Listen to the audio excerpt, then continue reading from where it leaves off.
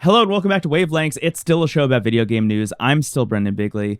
Yesterday we saw the PlayStation Showcase for 2023, their big summer event, kicking off our summer of games, I would guess. We still don't know when the Xbox event is, as far as I know. Maybe Jeff Grubb knows. I'm sure it's on his Twitter page or something. Nintendo might be having their event in September instead of actually in the summer as usual. But Jeff Keighley, good old Jeff Keighley, is going to have his Summer Games Fest. But this was our first event. Reactions have been mixed. I think we should talk about it. So I think the headline here for me, walking away from this event, seeing how people are reacting online, is that a lot of people's expectations got really out of whack. That seems to be the headline for me, because a lot of the complaints I'm seeing are rooted in rumors and speculation, and also in some cases, a lack of understanding about what PlayStation is all about right now.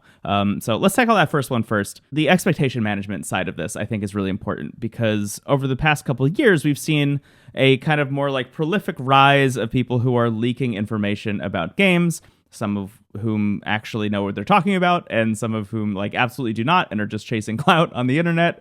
And I think that's a kind of dangerous space to play in if you're a person who enjoys video games and enjoys covering the industry. Knowing who to trust and who to not trust, I think, is really valuable and really important. But that also leads people into, I think, getting their expectations really out of whack in terms of what is going to be shown at certain events. I think the shining example of this is The Last of Us Part 2's multiplayer spin-off that was supposed to happen. And that's a thing that has been rumored for years and years and years, and a lot of people were expecting to see at this event for no reason in particular outside of a couple people said that it will probably show up. But, that's just speculation. That's just people taking an educated guess at what's probably going to happen. That doesn't mean it actually will happen. And I think this push and pull between hearing a bunch of rumors over the past couple months about what was going to be at this event and then seeing the reality of it will lead a lot of people into thinking that the event was bad just because they didn't see what they were told they were going to see by people on the internet. As recently as just a few days ago, I saw Sly Cooper was trending because people thought that Sly Cooper was going to come back and Sucker Punch was going to announce a new Sly Cooper game yesterday. And, that would be nice. And when I saw that, I thought, oh, that'd be cool. I would like to see that. But it wasn't oh, man, this is going to happen. I can't wait to see Sly Cooper tomorrow. And I think that is the big shift. That is the big differentiator between the people who put too much stock in the leaks and the people who just think that they're fun speculation. I'm somebody who personally got really invested in leaks and rumors for new iPhones back in the day. And you would see there's this whole cottage industry of leakers and speculators talking about things that they expect to see in the next iPhone. You would see machine chamfered parts coming off of the line that were being sent around to leakers around the world.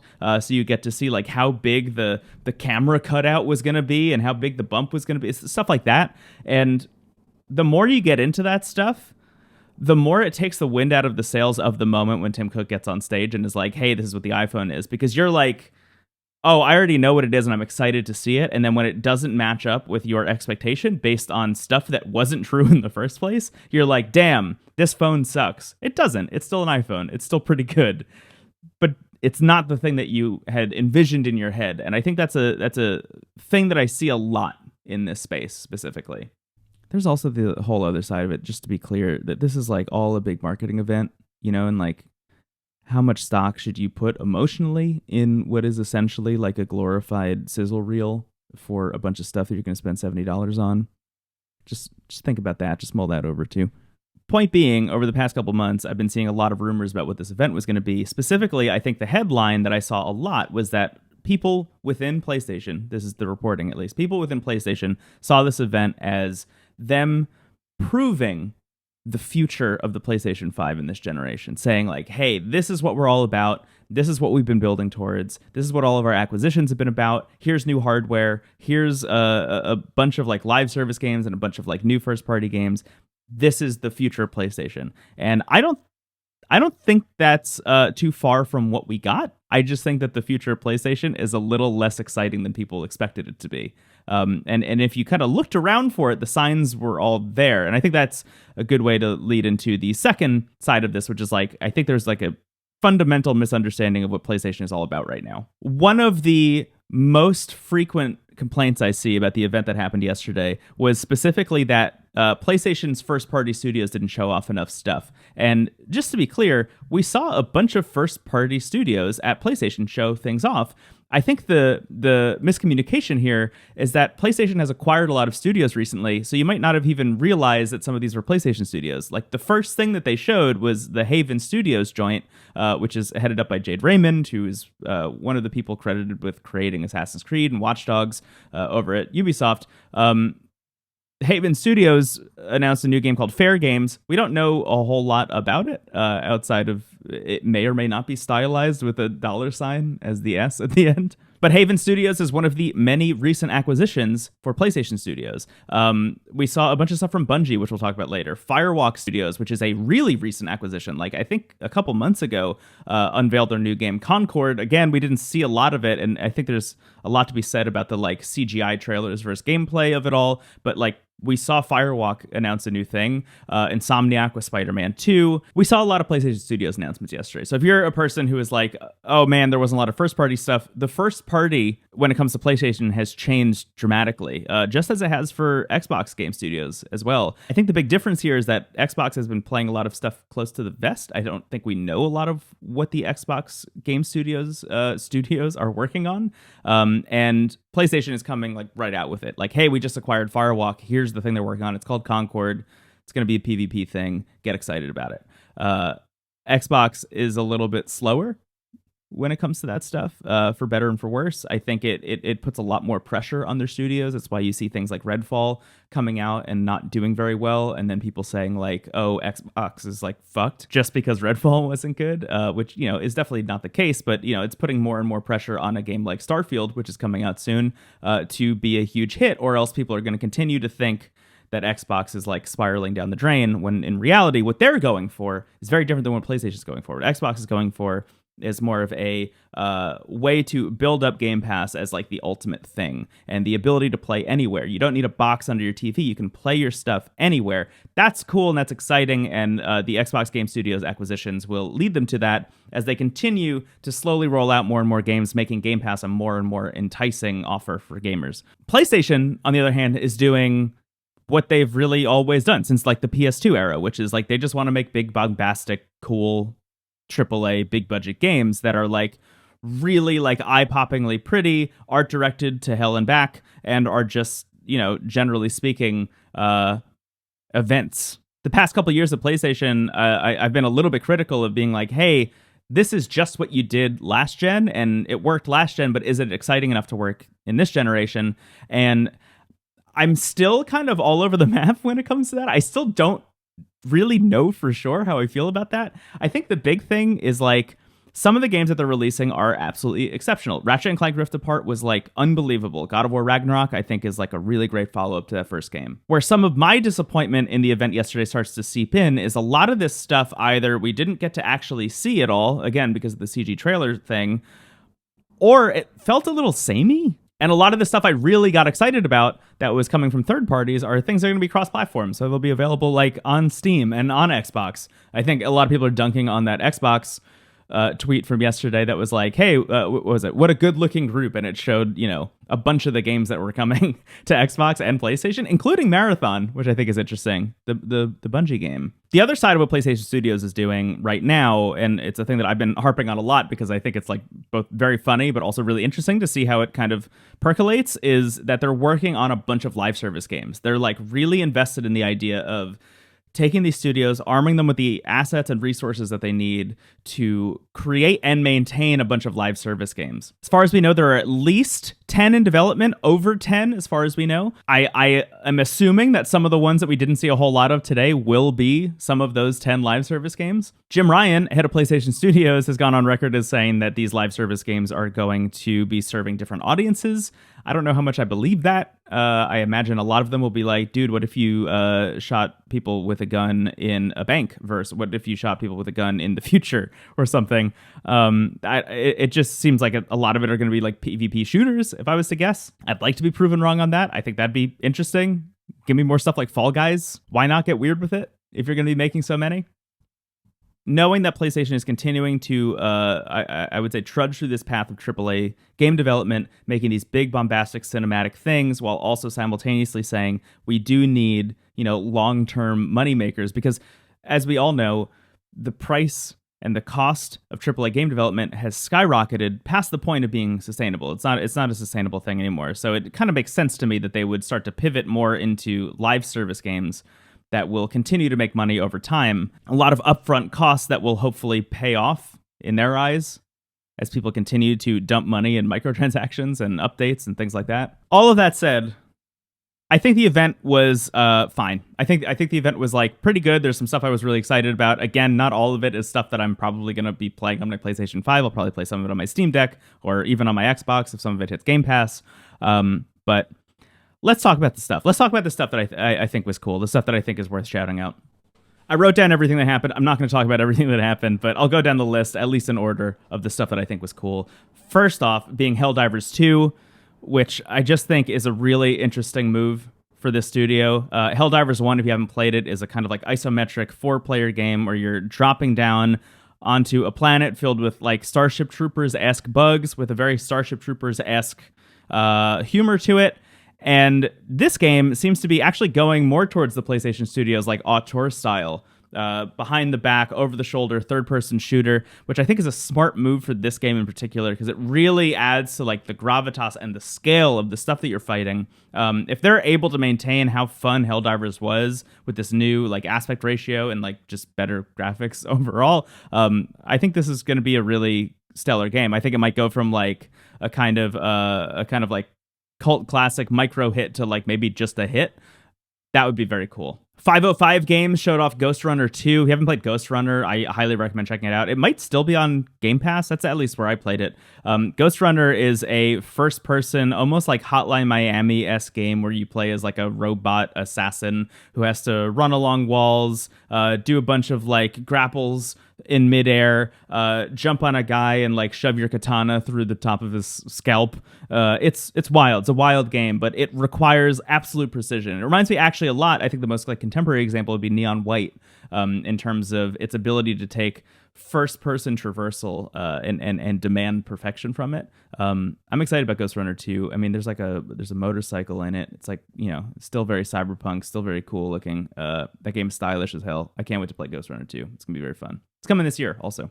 Giant Squid, which is a studio that is comprised of some of the team behind Journey and Flower and Flow, which are the That Game Company games. That Game Company split off into two things. That Game Company is still making Sky, Child of Light, which is a pretty cool game. But Giant Squid, which spun out of That Game Company, made stuff like Abzu and The Pathless, both beautiful games. They have a new game called Sword of the Sea that's coming, which seems to be about snowboarding through the sandboarding on a floating sword. I don't know, man. We saw half pipes. We saw the sword having some kind of ability to turn sand into water. It's going to be pretty. It's going to look amazing. It looks honestly a lot like Journey. It looks like it's taking some of the design elements of Journey, which I'm excited about, and I'll be curious to see if they try and sneak in any references or tie it together in some way, shape, or form. Talos Principle 2 is a game that's coming out this year. I didn't play the first one. It's by the studio that made Serious Sam, which I didn't know until I was looking up some stuff for my doc that I'm working off here. I really got to play that first one, man. I mean, look, the first one came out and a lot of people recommended it to me because I loved The Witness when The Witness first came out. And Talos Principle is a game I own on PlayStation and Steam and on my Switch and have just not played yet for some reason. So I really got to get to that before the second one comes out. It looks gorgeous. It looks like extremely my shit. I don't know why I've been sleeping on it for so long. We saw a new game from the team that made Grease, which is a amazing, beautiful, very art house platformer that I highly recommend. I think it's available on mobile now. I played it on Switch originally, but I think it's also on mobile. This game is called Neva, or Neva, Neva. It's coming in 2024. We didn't really see anything by way of gameplay. There was an animated cinematic. This is one of those cases where I can be man, the cinematic looks so good. I don't really need to see the gameplay. I'm just kind of on board. You tell me it's the Grease team, you show me that, and I'm in. There was a big wolf. That's it. There was a big wolf. The next thing that happened was we saw the Square Enix logo on a neon sign on a brick wall, and that immediately made me nervous. I feel like if I'm not looking at like a Final Fantasy or Dragon Quest, the Square Enix logo always gives me a little bit of pause. And I think I was right to come at this one with a little bit of trepidation. They announced a new game called Foamstars, which really at first had kind of an Overwatch energy, but the more of it I watched was like, oh, this is Splatoon. This is them doing Splatoon. This is like a blatant Splatoon ripoff by Square Enix. The thing about this game that I think is interesting and kind of deviates from Splatoon a little bit, at least based on the press release that I saw on their website, is that what they're doing is actually a little bit akin to Prey and Prey's foam gun, in that you can go and spray like walls and barricades and things. You can make like physical structures. Not only are you using the gun to like, shoot and defeat your opponents, but you can also use it to change the battlefield. And that's actually a really interesting idea. That's a thing that I would like to see, especially in a multiplayer setting. Like it was cool in Prey to use it as like a puzzle solving mechanic to get up to places that you maybe shouldn't have gone to. But as a way to literally dynamically change the environment in combat is a really cool idea. The big thing that I imagine is on everybody's mind, at least is on my mind, is like, is this thing going to be filled with NFTs, man? You going to have non-fungible tokens in your foam game, in your Splatoon thing? Current leadership at Square Enix, like every time they're given a microphone, they're like, hey, non-fungible tokens, am I right? Gamers love that shit. They do not.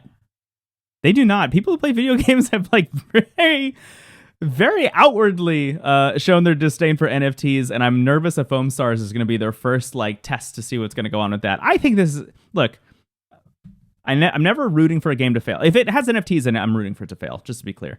I'm usually not.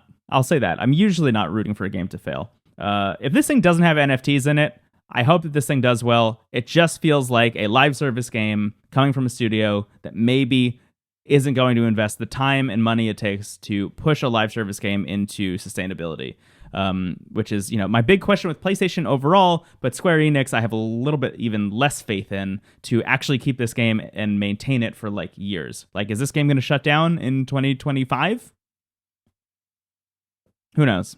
A game I just want to get my hands on, like I've just seen it so many times, I just need to play it, is the Plucky Squire, which is a game that takes place in a storybook. The camera, the point of view for the player is from the perspective of like a camera above a desk in a kid's room, and the storybook is open and you get to like run around in the storybook. And it's just one of those games where like, it reminds me a lot. This is a thing that Steve and I talk a lot about on Into the Aether, but there was a moment in an Xbox event years and years ago during E3, I think during the Xbox One era, where they showed a sizzle reel for like 3 minutes, and it was like each game got about like 10 to 15 seconds of gameplay before they moved on to the next one in the sizzle reel. And in the midst of all of that, they showed like 15 seconds of Cuphead, and everyone was like, yo, what is that? Show me more of that. I need to know what that game is. And that's, I think, how everyone has felt about the Plucky Squire since it was first announced, because specifically, it's not just taking place in the storybook, but at certain points in the game, you can walk out of the storybook and explore the physical 3D space that the storybook is in. So you can like run around this kid's room. It looks amazing. It's just like, I just need to play it. It's coming out this year. It's a 2023 video game, and that's exciting. I'm gonna play the shit out of that, man. I'll be honest, even though I'm wearing my Kojima Studios shirt today, I don't know how I feel about this next announcement. We saw a cinematic trailer for a game that was rumored to be in this event and then did show up. So if this was your expectation, then expectations met. But we saw Metal Gear Solid 3's remake announced. We don't really have a lot of info about it. That might not even be the name. It was Metal Gear Solid 3. It's stylized with a triangle at the end, which might mean it's Metal Gear Solid Triangle, Metal Gear Solid Tri, Metal Gear Solid Delta, even if it's like the Delta. No other info. We don't know who's making it. I think there were rumors for a while that Blue Point was working on it. I don't know if I believe that. I think if it was Blue Point, we would have seen that in the cinematic.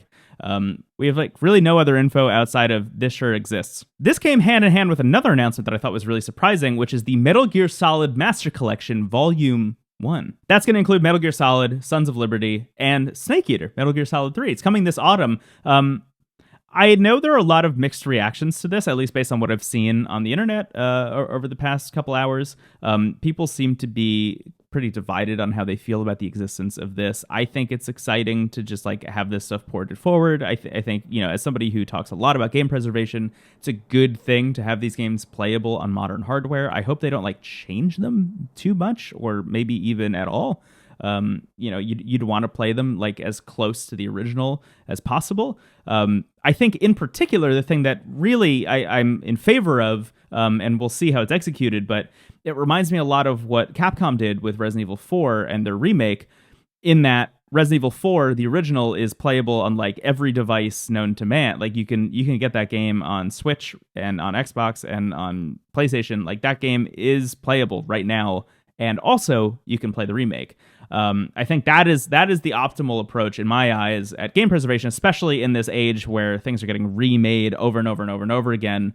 I think the idea of saying you can play the original if you want, but also check out this remake is the move, and I'm glad that they're doing that with Metal Gear Solid 3. I think the big question on my mind is why they're starting with remaking Metal Gear Solid 3. That seems like a weird thing, unless they're trying to go in chronological order of the story, which I think would be interesting, because I think I don't know a lot about Metal Gear. It's a real, like, it's a spot that I have not really gone to investigate too much for myself. I've played a lot of Sons of Liberty and have watched a lot of Snake Eater, but haven't really, like, sat down and done the trilogy. But I do know that Snake Eater is a prequel to the other two, so I'm wondering if they're going to start with this remake and then do Solid and then Sons of Liberty.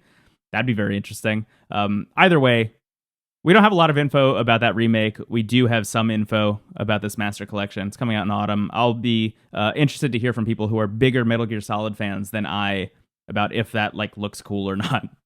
A game I extremely did not expect to see at this event was the new game from Remedy Studios, makers of Alan Wake, Quantum Break, and Control. Don't you think that should have rhymed? Don't you think it should have made like a... Should have been a rhyme. They should have made it rhyme. Anyway, they showed off Alan Wake 2. We knew that this was coming at some point. I don't know if we knew that it was coming on October 17th. I think that might have been the first we've heard of a release date. I didn't expect it to be coming this year. It looks sick, man. I mean, I love the first Alan Wake. I was a huge fan of that game. I played that on the Xbox 360. I have replayed it since. It still like holds up and is good. Control, I enjoyed a lot, but didn't finish. I found it a little bit frustrating towards the end and put it down. But I've heard a lot of praise for that game, and I would sing along with that choir, I think, if given the opportunity, because I think just like from an art direction standpoint, Control is stunning. In between those two was Quantum Break, which like didn't really hit, I think, to the same level. All of that having been said, I'm excited to see this studio with all of its experience with Quantum Break and Control and the DLC to take on Alan Wake again and make a sequel. I think that they're in a really good spot to make like a really great sequel to Alan Wake. It looks like you're playing as an FBI agent who is investigating the disappearance of a different FBI agent who was in turn investigating Alan Wake. So Alan Wake is the suspect of the disappearance of this FBI agent. I like the idea of taking the spotlight out of Alan a little bit, having you play as somebody else who doesn't know about all the paranormal stuff, getting to experience that, allowing us as players to be like to have like a character that we can insert ourselves into. I think that's a smart idea. I think for people who played Alan Wake and Control, they're going to come into this game with a lot of like canon and lore baggage, and it's nice to kind of have a little bit of a clean slate in terms of your protagonist. I think that's a really smart move. I'm excited to play that game. It's in October. Man, what a good year for video games, huh? I try not to talk about Ubisoft too much on this show or Into the Aether, outside of saying that their CEO should probably step down. But they sure did announce Assassin's Creed Mirage, a game that has been leaked over and over and over again. It's coming October 12th. It's going to take place in Baghdad. You play as a character named Basim, who I didn't know this, but was apparently a side character in Assassin's Creed Valhalla. The big thing that's interesting about Assassin's Creed Mirage to me is that they are specifically saying openly in their marketing material and in their press blasts and stuff that they are deviating from what they tried to do in the past 3 Assassin's Creed games. So that's Origins, Odyssey, and Valhalla. which were more RPG focused and had like microtransactions and loot drops where you had a random chance of getting like a legendary spear. People were mixed on that. To be completely honest, I enjoyed Assassin's Creed Odyssey a lot. I played so much of that game, and I did not mind the RPG elements. I think the open world was like 8 times as big as it needed to be. But I had a good time with what I played. There's some story elements in that game that I think were really, really strong. Then when Valhalla came out, I started playing that and got so overwhelmed so fast. Like I could not get into that game at all. And I had heard over the years that Origins is like maybe the best of the 3, so I went back and started playing Origins because I really wanted to like engage with it and like understand what people liked about it. And just had a hard time getting into that one too. I think I just got like so burnt out on their specific version of an open world really fast. So I'm interested to see them kind of pivot back. I feel like that's a thing you don't see very often, where a studio's like, hey, maybe this was working better before we did our big gameplay shift. What's funny is like that whole gameplay shift came about because Assassin's Creed was on this like yearly release cycle, and people were like, you gotta change something. So they took a year off and then came out with Origins, and everyone was like, oh shit, you did it. You made a cool thing. And people got burnt out on that really fast and have now been clamoring to go back to the way it was, and we're going to get that. So Assassin's Creed Mirage is coming October 12th. I'm really curious to see how people feel about it.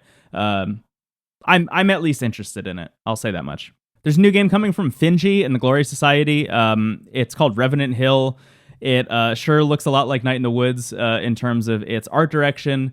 And we don't know a lot about it based on the trailer. I think the trailer was fantastic. But we didn't learn a lot about it outside of like, at least the vibe that I got was adjacent to Over the Garden Wall, which I think is the highest praise I can give anything. I think Over the Garden Wall is like maybe one of the best pieces of animation ever made. So that comparison by itself got me excited about Revenant Hill. I went on to, it was either Finji or the Glory Society's Twitter, and they said, quote, It's 1919 in the lower north, and Twigs the cat has a dream. Find a safe place to sleep, put down roots, grow some radishes, get a job, eat mice, do dangerous things with new friends, and build something together in a world falling apart. I think that gives you some hints as to what the game will actually be. It sounds a little bit like there might be some like building town sim, like relationship management kind of stuff. I don't know if that's true, but I'm excited to find out. Revenant Hill. Don't know when it's coming out. Looks good though. Next one was the big one for me. I sure did jump out of my seat and yell at the logo, just the logo for Dragon's Dogma 2. I mean, this is so exciting, man. Dragon's Dogma, I think, is like one of the most interesting video games. Period. I think it's just one of the most interesting video games. It's, I think, the perfect time, and I said this, I think last year on DLC, the podcast with Jeff Kanata and Christian Spicer. I think that it's the perfect time for a sequel to Dragon's Dogma, especially in the wake of a game like Elden Ring, and in a world where Breath of the Wild and Tears of the Kingdom are changing people's perceptions of what an open world game can be and how you can interact with an open world. Dragon's Dogma, go back and play that game, which is available like everywhere. It had so many incredible ideas, some not so great ones, but it is like a mashup of a bunch of different really, really interesting ideas that all make this one cohesive, weird, cool, like almost endlessly replayable thing. I think like if you were amongst the people who had played Dragon's Dogma when Elden Ring came out, we all had the same thought, which was, man, this is a lot like Dragon's Dogma, which is like the best, the absolute like best compliment you can give Elden Ring. I'm really excited for Dragon's Dogma 2. I think the one thing that I'm seeing people talk about with this trailer is that it looks a lot like the first one. Like a lot of the enemies are the same as they were in the first one. That doesn't matter to me at all, man. You're telling me that this team gets to get together again and make another Dragon's Dogma? I'm totally in. Like I really, even if it comes out and reviews poorly, like people didn't like the first one either when it came out. Now it's a cult classic, you know? Like I'm interested. Whatever you got coming, I'm interested. We got no date at all, no information, no inkling as to when it's coming out. Doesn't really matter to me. I'm excited to play this thing. I did not expect to see any of it at all. It's wild to me that we saw like any of this game. I feel like it just got announced like 4 days ago. They showed off a bunch of VR stuff for PSVR 2, which I don't know. It was interesting. I don't have PSVR 2. I had the first one and really liked it. I donated it recently to a high school that has like a game club. So I don't even have like a VR headset in my house anymore. But I've been like mulling over, do I want to play PSVR 2? Am I interested in it? And the first thing they showed off in this segment was Resident Evil 4 in VR, and it just looked amazing. It just looked so good. And I got so nervous immediately they were going to be like, out now, in which case I would probably be talking to you right now with a VR headset on, because I would have gone out and bought one like immediately if that had come out. It says it's in development, which means not anytime soon, thankfully. But Resident Evil 4 Remake, I just think is, it's an amazing video game, and the idea of playing that in VR I think is really exciting. I've already played that game 3 times. I will play it a 4th time in VR, absolutely, no question. I've also heard that PSVR 2, for the wild cost and stuff, is really remarkable. Like the OLED screens are really incredible. And I think the big thing about PSVR 1 versus all the other VR headsets I've tried in the past is that it's just really comfortable for like long periods of time. And my eyes are weird. And because of that, I don't have to worry about like any of the motion sickness settings that people generally need to turn on when they're playing stuff in VR. Like the like vignetting around the sides and the motion blur and things like that. Like I don't have to worry about any of that, which is weird. But also, if I go see a movie in 3D, I don't see it the way most people do. Like my depth perception doesn't work the same way. So I kind of have a harder time seeing 3D. Whereas if I'm wearing a VR headset, I see like the perfect depth perception. So VR for me is exciting on that front. And man, I'm excited to be in the world of Resident Evil 4 Remake. Especially, I think like it would have been scary. It would have been scarier had I not played it before, but like knowing where like every enemy is now that I've played that game 3 times, I'm excited to like go into the world and be like, now I am Leon Kennedy. Another VR game they showed off was Synapse, which honestly has like a super hot-esque art style. All we really know about it is that it's a VR roguelike first-person shooter. And that's a cool idea. I'm interested in this game purely based on the art style. I think like having a more geometric, interesting look to it instead of trying to recreate like realism is always more interesting to me in VR. I think the more abstract you get in VR, the more interesting things get. I think like the Tetris Effect or Super Hypercube are great examples of like, or actually Beat Saber, which is the next game they showed, are all great examples of like, you don't need it to be super realistic. I just need to feel immersed in a cool space. And ideally a space that couldn't exist in reality. And Synapse seems interesting. I'm excited to play that. Beat Saber, I don't even know if that was already out on PSVR 2. They might have just been announcing this expansion with a bunch of Queen songs. I truly don't know. But either way, I'm excited to finally play Beat Saber one day. I still haven't done it, but I will. I'll get my hands on that game. Then we heard from Bungie, which was wild. I was expecting to just hear about Destiny 2. So Bungie is owned by PlayStation. They are a PlayStation studio now.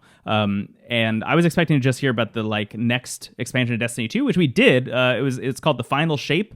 It showed Cade 6, which is Nathan Fillion's character, making a return after getting killed off in like year 2 of Destiny 2 or year 3 or something like that. If you know me, you know I played Destiny all the way through Destiny 1 and a lot of Destiny 2, but eventually fell off. I've tried to come back here and there. I think their last update, I don't even remember what it was called. It started with a Lightbringer, something like that. I don't know. I really tried getting into it. I played through that whole campaign and just like could not get back into it, unfortunately. So I'm almost more excited for Destiny 2 to be done, like when this update comes out and is like over. I think that'll be good for Bungie. I'd like them to move on to a Destiny 3 or like rethink what Destiny is all about. I just think they need a clean slate, especially to bring new people in, especially with all the learnings that they've had over the years. I think if Bungie is given a clean slate with Destiny, it's going to be great for everybody. But the big thing they announced before that Destiny expansion was a reboot of Marathon, which is it was a trilogy, I think, but it started in 1994. And man, what a weird thing to do. Really exciting. It doesn't seem like it is following the footsteps of the original Marathon at all. They're actually calling this a sci-fi PvP extraction shooter, which is not what the original was. Either way, I mean, this art direction is amazing. There were inchworms with barcodes on them. There are people with like ceramic masks for faces. It vibrant, cool. I'm in. Here's the thing. I loved Destiny because, I could play with my friends. We could do like strikes and PvE stuff, and that was fun. But the thing that kept me in Destiny was the PvP because like they're second to none when it comes to first-person shooter gameplay. Like Bungie knows what they're doing better than anybody else in that space. I firmly believe that. And the idea of them saying we're just going to focus on making a specifically PvP game instead of Destiny, which is trying to be all things to all people, which was like a cool idea and concept, but like worked out to varying degrees of success.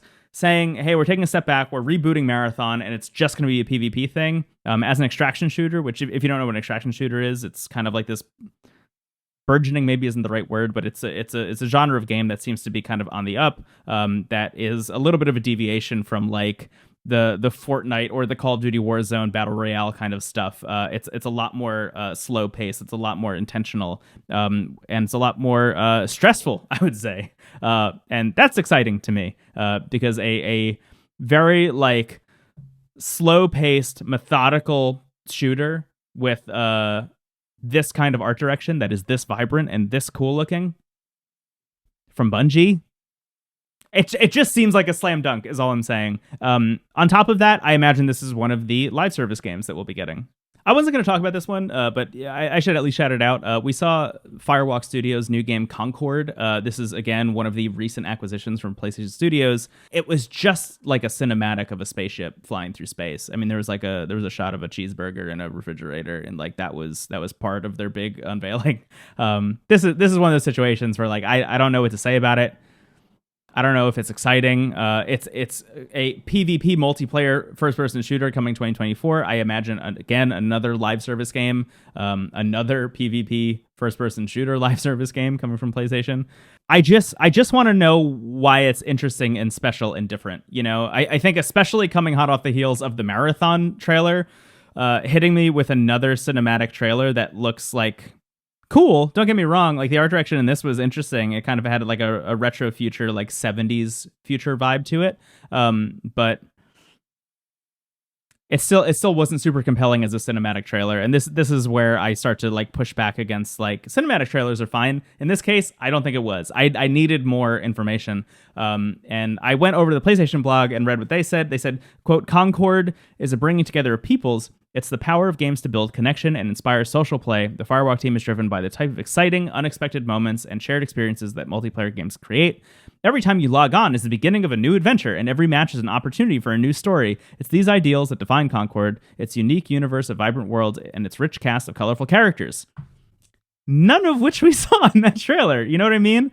That sounds cool. I want to see what do you mean, man? What are you talking about? I want to see that. I think they just like had pressure on them to release something, unfortunately, and this is what we got, which is like not a super exciting outing for this game. A little bit of a fumble in my eyes. Then we get to my favorite bit, which is just like how weird this event got, like right towards the end, which is they showed the Gran Turismo trailer for the movie. Which is by Neil Blomkamp, the director of District 9. This trailer's been out for a while. I'm actually excited about it. I think it's an interesting take on how to make a Gran Turismo movie. If you don't know the story, it's based on a true story, which is about a bunch of people who played Gran Turismo professionally, who got into actual race car driving professionally. That's a cool idea. The cast is good. I don't know if the movie's going to be good. I'm going to go see it anyway. Even if it, again, this is like, even if it reviews poorly, I'm going to go see this movie. It just seems very silly. But it was also doubly silly to show it in this event. That was immediately followed by Jim Ryan showing up again and being like, we have one more game for you, but first, let me tell you about some exciting new hardware in the PlayStation lineup, and showed off my favorite thing in the world. I've already made a video about this, Project Q, which has been rumored for a long time. It leaked a while ago. Project Q is a DualSense controller with an 8-inch touchscreen right in the middle. He said, quote, stream any game from your PS5 console using remote play over Wi-Fi.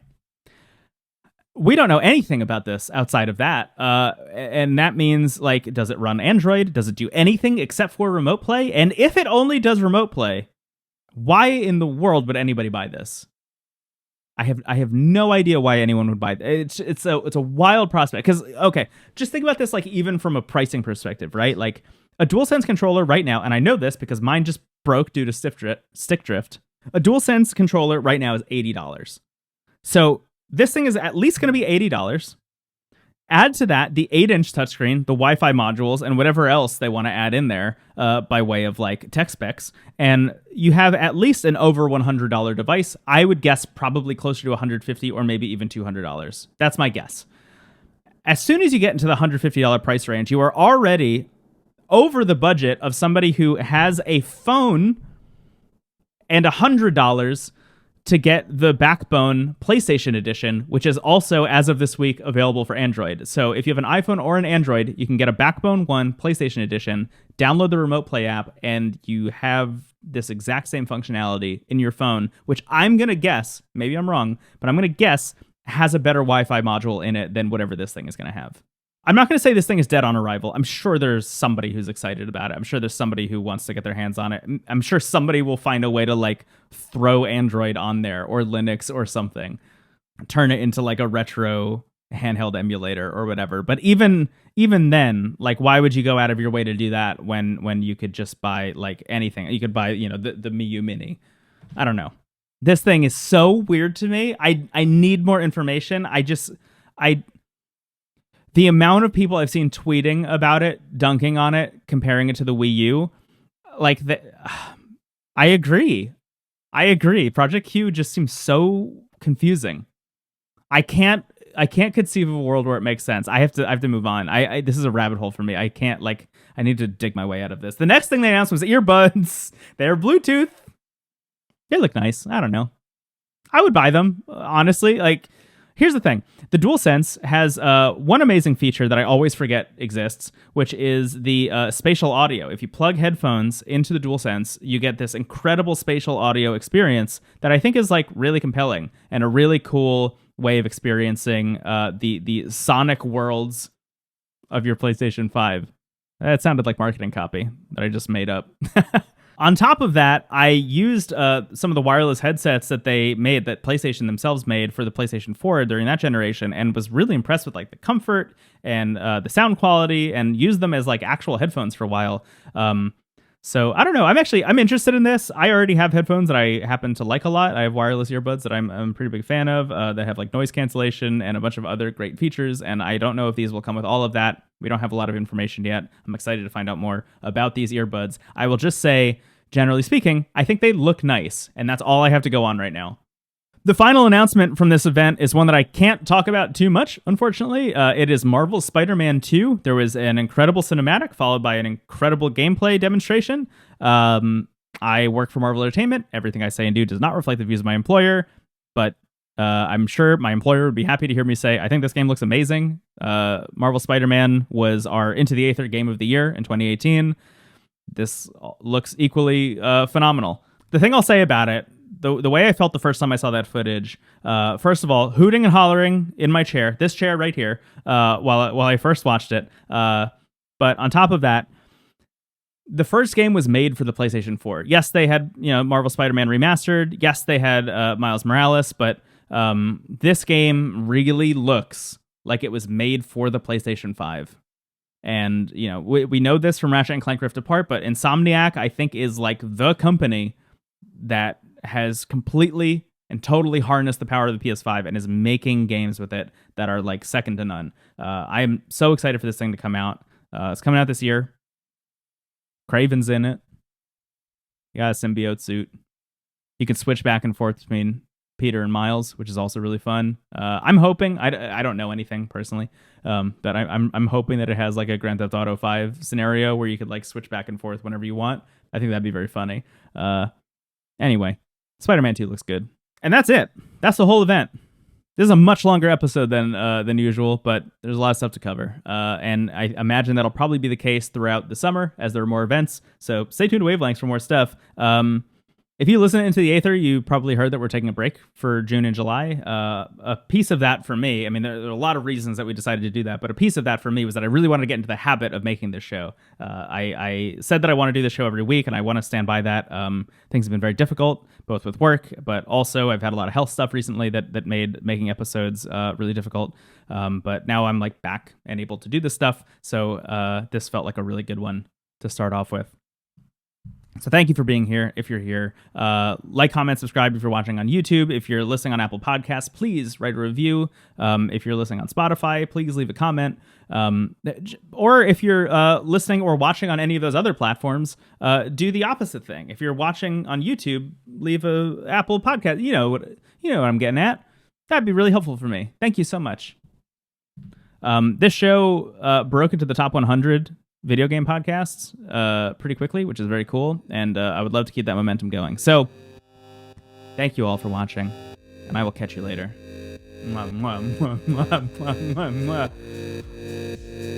First party kisses, baby.